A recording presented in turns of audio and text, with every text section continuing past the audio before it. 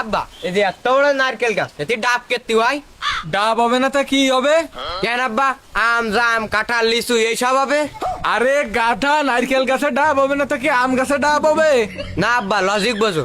ডাবও গোল আবার ফুটবলও কিন্তু গোল। তা খালি গাছ এত লম্বা কেন? হ্যাঁ জানি নে। জানো না কেন? তুমি তো ফর্সা মানুষ, তোমার মাথায় বুদ্ধিও তো বেশি। দেখ কাইলো, তুই কালা বলে তোর মাথায় একটু বুদ্ধিও কম। এই গাছটা আগে একটা পাইপ ছিল। পাইপ ছিল মানে? হ্যাঁ, এই গাছটা আগে পাইপ ছিল, এই পাইপটা জমিয়ে এখন গাছ হয়ে গেছে।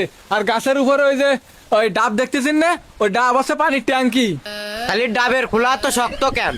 তুই কি মনে করেছিস ওই ডাবগুলো তোর মতো কালা হয়ে শক্ত হয়ে গেছে? আরে ওই ডাবগুলো রোদি ফুড়ে আয়রন হয়ে গেছে। আচ্ছা বুঝলাম, তাহলে ডাবের তে নারকেল কেতি হয়? ও আছে পানি ফিল্টার হয়ে এরকম হয়ে যায়। তাহলে নারকেলের ভিতরে চর্বি হয় কনতে? ওই পানিগুলো পূরণ হয়ে যায়, গিলি ওই পানি জমিয়ে দই হয়ে যায়।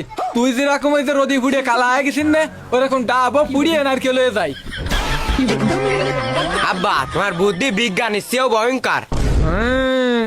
আসলে তুমি কি করতে চাচ্ছাও? আগে ফর্সা ছিলাম আর এখন রোদি পুড়ে কালা হয়ে গেছি। একদম ঠিক কইছিস, তুই হচ্ছে রোদি ফুড়িয়ে যাওয়া কালা নারকেল, আর আমি হচ্ছে একদম কচি ডাব। আব্বা তুমি বারবার কালা করে কিন্তু অপমান করতে চাও। তোমার মাথায় বাড়ি মেরে ডাবের পানি সব ভালো করে দিবানে।